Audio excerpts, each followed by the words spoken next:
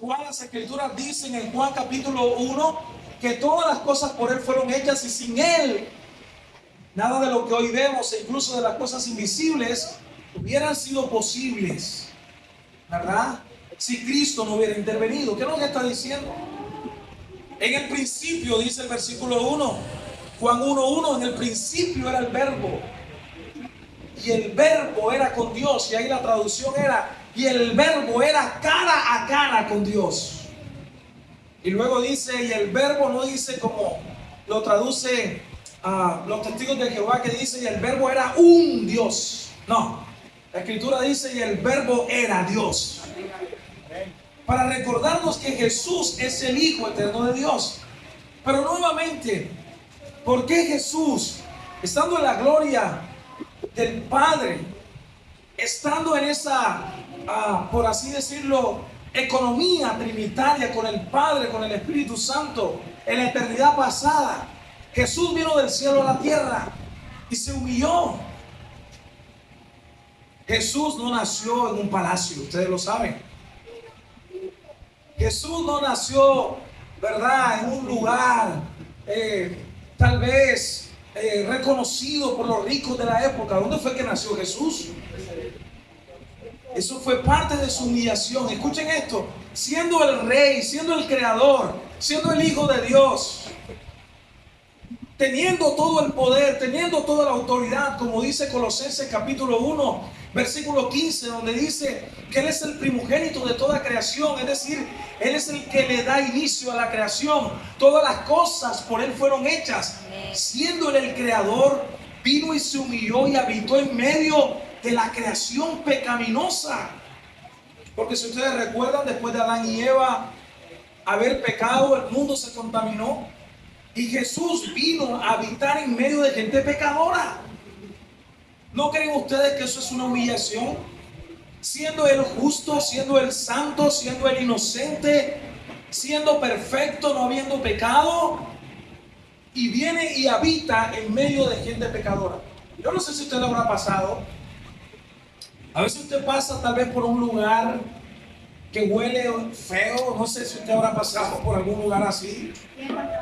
Un lugar horrible, y usted no quiere acercarse, usted quiere alejarse. Usted no quiere estar cerca. Ahora imagínense, Jesús, el Hijo de Dios, se acercó a la inmundicia. Miren, hermanos, Jesús fue el único que, en vez de distanciarse de los leprosos, mientras los leprosos corrían y decían: soy leproso, soy leproso, Jesús se acercó y sanó a los leprosos. Jesús los tocó cuando nadie quería acercarse a ellos. Así que yo quiero recordarte en esta tarde que la humanidad de Jesús, que el Jesús al venir del cielo a la tierra y hacerse como uno de nosotros, ¿sabes cuál es el propósito? Mateo capítulo 1, versículo 21. ¿Qué dice? ¿Recuerdan? Que acabamos de leer ahorita. Este Jesús, el Hijo de Dios, nació de una virgen y se le puso por nombre Jesús, o Josué en el griego, o en el hebreo, ¿verdad? Jehová salva, para decirnos que Jesús es el Salvador. Jesús vino del cielo a la tierra y se hizo como uno de nosotros y se encarnó para representarnos a nosotros y salvarnos de nuestros pecados, hermanos y amigos. ¿No te parece a ti eso extraordinario? ¿No te parece a ti, amado hermano, en un sentido humillante, pero al mismo tiempo glorioso, para salvarte a ti de tus pecados, para liberarte de la condenación y traerte ahora una esperanza certera, una esperanza objetiva? Y esa esperanza nosotros no la tenemos en este mundo, no la tenemos en las riquezas, no la tenemos ni siquiera en la esposa, que tal vez podemos tener el esposo, o las cosas que tenemos en esta tierra, o las cosas que podemos alcanzar. Muchas veces hay hombres que dicen: hombre, yo creo que cuando Dios me dé la esposa, voy a ser el hombre más feliz. Hasta que te la da y te das cuenta que no eres tan feliz como pensaba. Luego dice: no. bueno, ya está bien, Dios me dio mi esposa, pero cuando me dé hijos, vamos a hacer el hogar más feliz. Y te da el hijo y nada. Después dice, no, me hace falta es la casa. Cuando tengamos una casa y tengamos donde estar y estemos como familia y nos amemos, ahí es que vamos a ser felices. Te da la casa y todavía te hace falta algo más. No, yo creo que cuando Dios me dé el carro y Dios te da el carro y todavía hay algo más que hace falta. ¿Saben ustedes por qué? Porque el único que puede llenar tu vida se llama Jesucristo, el Hijo de Dios. El único que le puede dar sentido a tu vida es Jesús, el Hijo de Dios. El único que le puede dar plenitud a tu vida se llama Cristo, el Mesías, el Hijo de Dios, que vino del cielo a la tierra para salvarte, para que tú pongas tu esperanza no en lo terrenal y en lo pasajero de este mundo, sino que tú puedas poner tu esperanza en Jesús, el Hijo de Dios. Miren, cuando Pablo escribe a los filipenses, se creía que estos creyentes en Filipo, por ser ciudadanos romanos, ellos decían, bueno, nosotros somos ciudadanos romanos, tenemos ciertos privilegios, ¿verdad? Y bueno, en un sentido estamos súper bien. Y Pablo tiene que recordarle a estos creyentes y decirles, miren, ustedes son ciudadanos del reino de Dios. Y deben de vivir como ciudadanos del reino de Dios. Y les recuerda esto. Les está diciendo, mira, Jesús se humanó, se hizo como uno de nosotros. Y se despojó. Miren, Jesús en la cruz del Calvario, amado hermano, ¿sabe por qué Él no se bajó de la cruz? Se hubiera podido bajar de la cruz. Pero Él no se bajó de la cruz por amor a su pueblo. Por amor a los creyentes. Aquellos que iban a depositar su fe en Él. Jesús en la cruz del Calvario, dice la Biblia, que fue desamparado temporalmente por Dios su Padre. ¿Recuerdan las palabras de Jesús en la cruz? Eloi, Eloi, lama sabachthani, que traducido es, Dios mío, ¿por qué me has desamparado? El Padre desamparó a su Hijo unigénito, a su Hijo eterno, temporalmente, para que tú no seas desamparado y tú entonces tengas un amparo y un refugio eterno en la persona de Jesús. Amén. Esa es nuestra esperanza, estimados hermanos. Amén. Y amigos. Por eso Jesús, el eterno Hijo de Dios, se humilló, se humanó por nosotros. Se hizo como uno de nosotros, semejante a los hombres. Mire, cuando la Biblia dice que semejante a los hombres, no sé si usted recuerda ciertos textos del Nuevo Testamento. Cuando los hombres veían a Jesús, ¿qué decían? Este no es Jesús, el hijo de José. Ese es Jesús, el hijo del carpintero. Ese es Jesús. Conocemos a su familia, conocemos a sus hermanos. Ese es el Jesús, el que se crió en Nazaret. De Nazaret puede salir algo de bueno. ¿Sí recuerdan? La gente veía en Jesús a un hombre común y corriente.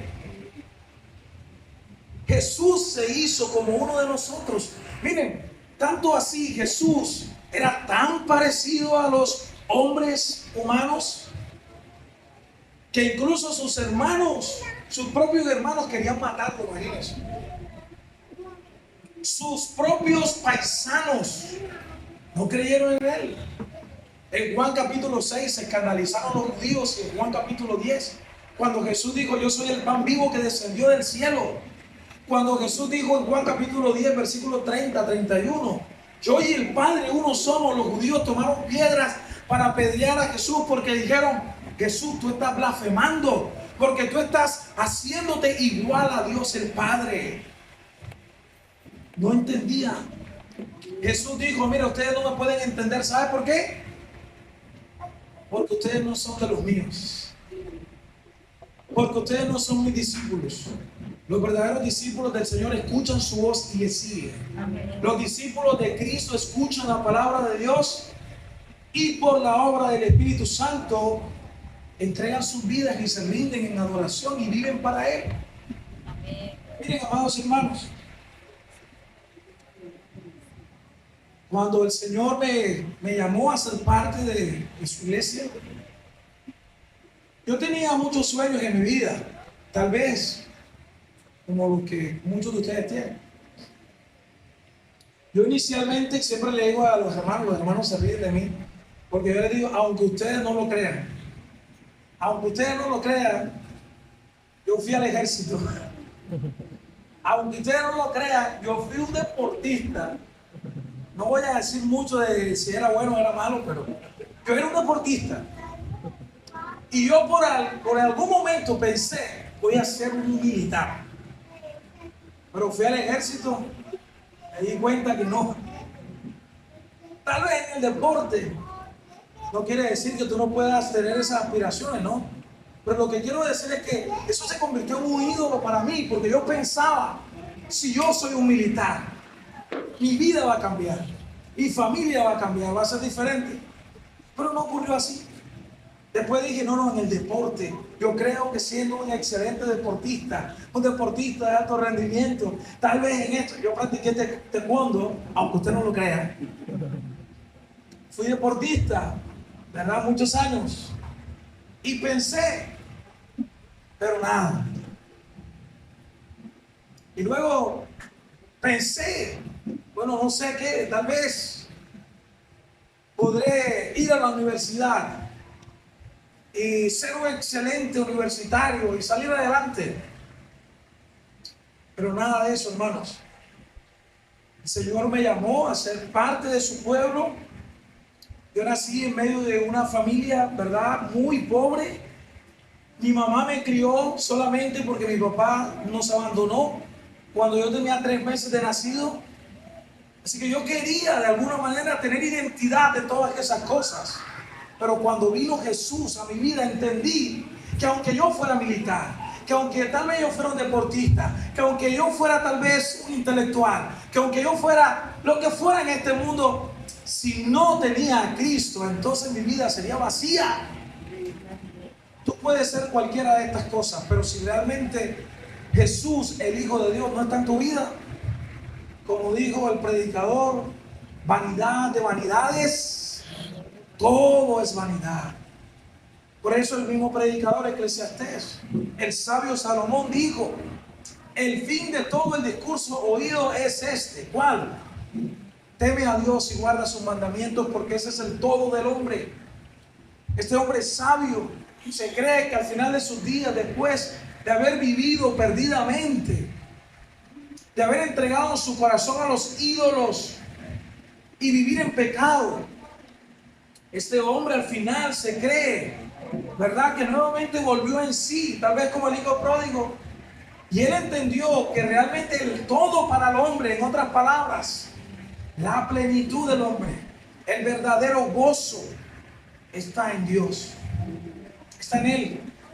Así que el llamado que Dios nos está haciendo en esta tarde, en esta noche, es a rendirnos ante Cristo, nuestro Señor, quien es nuestro Salvador, quien siendo el Hijo eterno de Dios vino, y dice el texto en griego que se hizo como un esclavo, siendo el Creador, dando las leyes, se sometió, si ustedes recuerdan, al gobierno civil, se sometió a los líderes religiosos de la época, se sometió a Dios el Padre y le dijo, hágase tu voluntad y no la mía. Siendo el Hijo eterno de Dios, se hizo como un esclavo. Todo esto, ¿por qué, hermanos? Nuevamente, para salvarnos a nosotros de la esclavitud del pecado. Y ahora entonces Él te recuerda que Él es tu Salvador y que tu vida tiene realmente sentido es en Él, en Cristo. Alguien dijo que tú pudieras resumir todas las escrituras en 2 palabras: en Cristo Jesús. Todo el Antiguo Testamento, la Torá, el Nuevo Testamento, el Antiguo Pacto, el Nuevo Pacto, se resumen en esas 2 palabras: en Cristo Jesús. Si ustedes miran, hermanos, a la luz de toda la Escritura, Jesús es el sumo sacerdote. Jesús es el único sacrificio. Jesús es el Cordero inmolado que puede quitar el pecado. Jesús es tu Salvador. Amén. Así que entonces, estimado amigo, ven a Él y entrega tu vida a Él. Aquel que se humilló, aquel que nació en un humilde pesebre, en el lugar, ¿verdad?, donde estaban los animales, se hizo humilde, se humilló. Y no solo, hermanos, la humillación de Jesús la vemos en su muerte. Desde que Jesús nació, desde la tumba hasta la cruz, Jesús fue humillado. La gente no lo reconoció como el Hijo de Dios. Dice el texto que fue humillado hasta lo sumo, porque se le dio una muerte, la muerte de cruz, la muerte que era para los peores criminales.